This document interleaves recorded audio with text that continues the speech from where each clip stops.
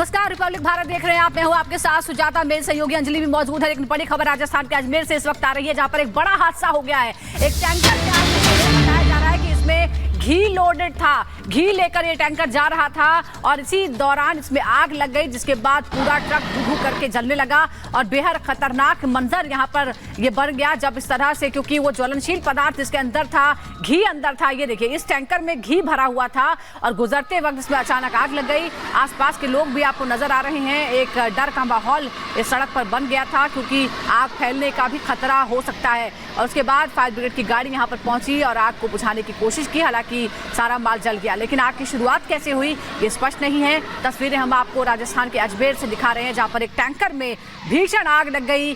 घी भरा हुआ ये टैंकर जा रहा था, इसी दौरान आग की चपेट में आ गया। हालांकि ड्राइवर बाहर निकलने में कामयाब रहा, लेकिन आप देख सकते हैं किस तरह से आसपास भी आग फैल गई।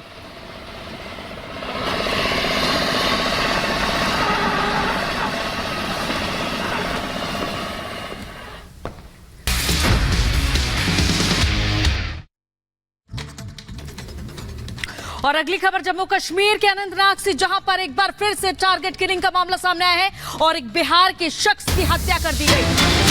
शख्स की हत्या कर दी गई है, जहां पकौड़ी की दुकान चलाता था बिहार निवासी राजू शाह।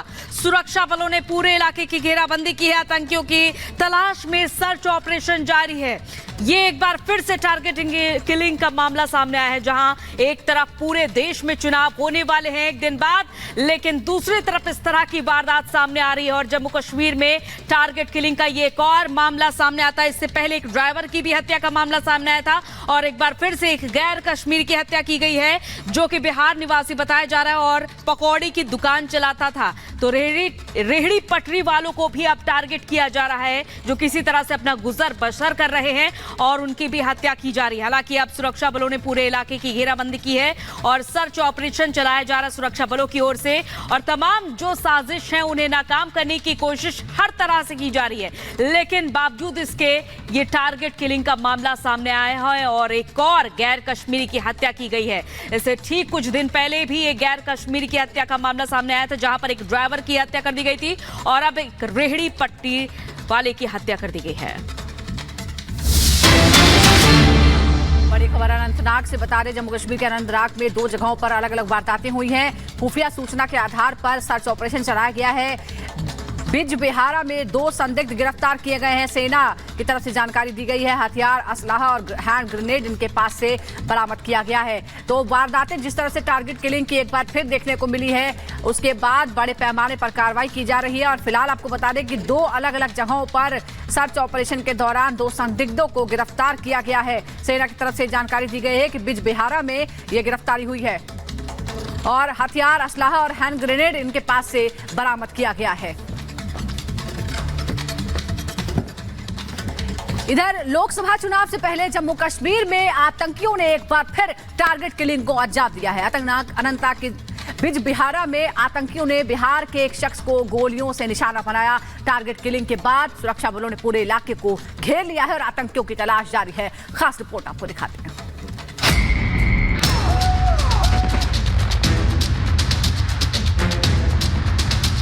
कश्मीर में फिर टारगेट किलिंग।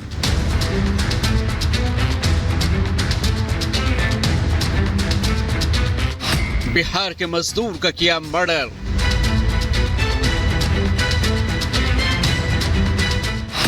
दस दिनों में हत्या की दूसरी वारदात।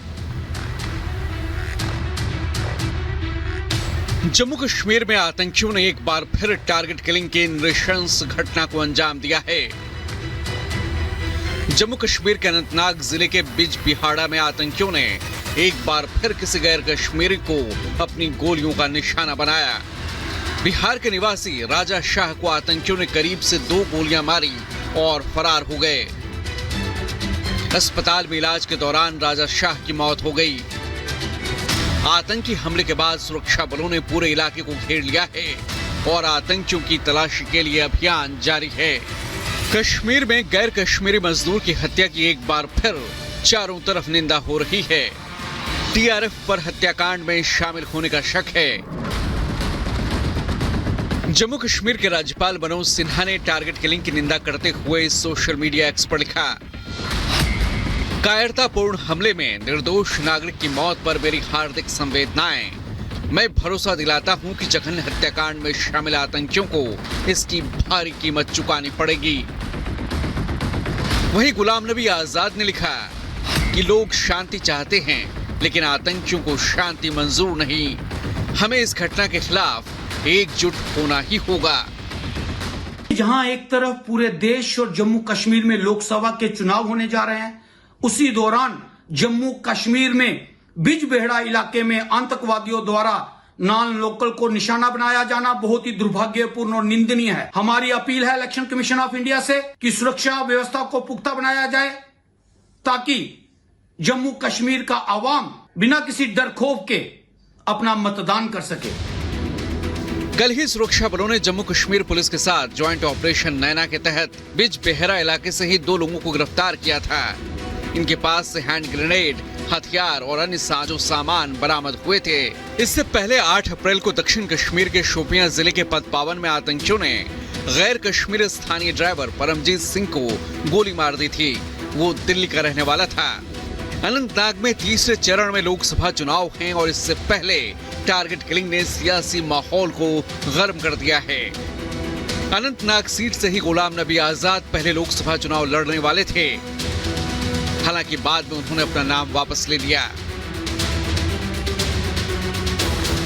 जम्मू कश्मीर में 370 हटाए जाने के बाद जहां एक तरफ पत्थरबाजी की घटनाएं शून्य हो गई हैं, तो वहीं टारगेट किलिंग का सिलसिला शुरू हो गया है। 7 फरवरी 2024 को हब्बा कदल में 2 सिख युवकों की हत्या की गई। 26 फरवरी 2023 को पुलवामा में कश्मीरी पंडित संजय शर्मा की हत्या की गई। 29 मई 2003 को दीपक कुमार की हत्या की गई। तो वहीं 15 अक्टूबर 2022 में चौधरी गुंड में कश्मीरी पंडित की टारगेट किलिंग की गई।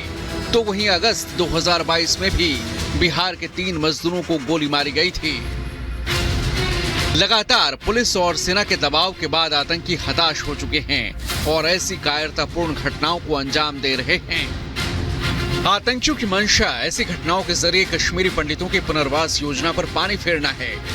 लेकिन अब जम्मू कश्मीर में आतंक के दिन पूरी तरह लग चुके हैं और इसकी गवाही खुद एक समय के आतंकी और पत्थरबाज रहे एहतशामुल हक का ये बयान है। 2020 में हम ISJ के ऑर्गेनाइजेशन के साथ मुंसलिक हुए। एक्चुअली हम सोशल मीडिया के ज़रिए से इस ऑर्गेनाइजेशन से मुतासिर हुए, इस आइडियोलॉजी से मुतासिर हुए। PSA भी लगा, तो इस सिलसिले में जेल में काफ़ी टाइम मिला अपने नज़रिया पर, अपने इस मौक़िफ़ पर, अपनी आइडियोलॉजी पर नज़रसानी करने के लिए। तो हमने इस पर नज़रसानी की, रीथिंकिंग की। तो हमें यही लगा कि जो लाइन हमने ली है, जो रास्ता हमने चुन लिया है, ये किसी भी एतबार से न हमारे लिए सही है और न हमारी कौम व मिल्लत के लिए सही है। जाहिर है अब कश्मीर में बचे हुए आतंकियों का जल्द ही काम तमाम होने वाला है। या तो वो खुद सुधर जाएंगे या फिर जहन्नुम पहुंचा दिए जाएंगे। Bureau report, Republic Bharat.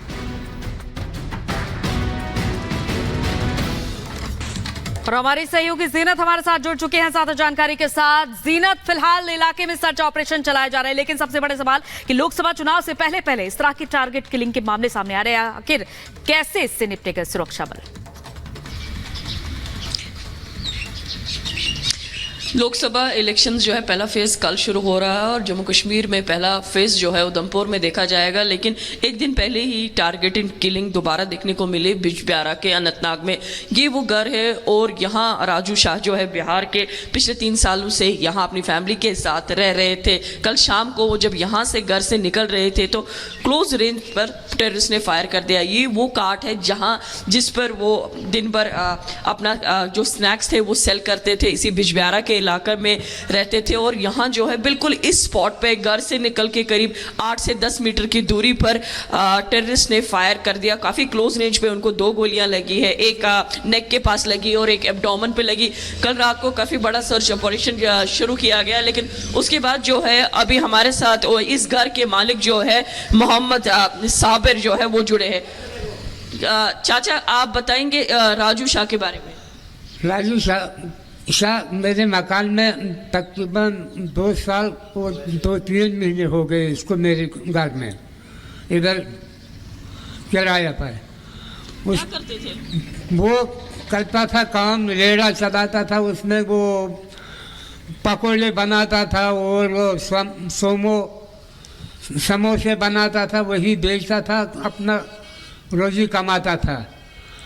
उसके 3 बेटे हैं, छोटे छोटे, एक तीसरी जमात में पढ़ता है, दूसरा चौथी में, और एक है वो बिल्कुल छोटा है, वो दूध पीता है। बस इतना ही अयाल था। आपके घर में रह रहे थे? हाँ, तकरीबन 2 साल हो गए। 2 साल हो गए। हाँ, 2 साल।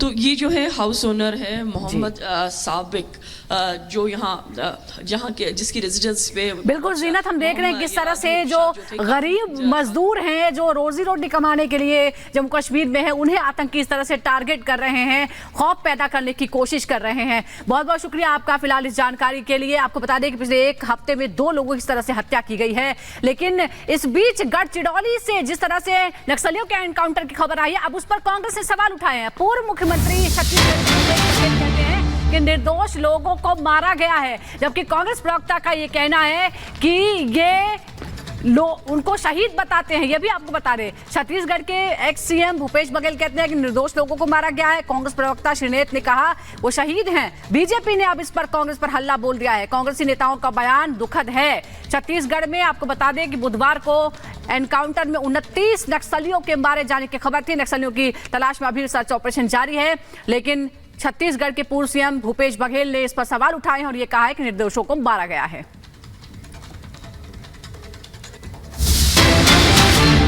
इस बीच बड़ी खबर सामने आ रही, छत्तीसगढ़ में 29 नक्सलियों के एनकाउंटर पर कांग्रेस ने सवाल उठाए हैं। भूपेश बघेल बोले हैं कि निर्दोष लोगों को मारा गया है। कांग्रेस प्रवक्ता श्रीनेत ने बताया है शहीद। बीजेपी ने कांग्रेस पर हमला बोला है। कांग्रेस नेताओं का बयान दुखद बताया है बीजेपी ने। तो आपको बताते चले कि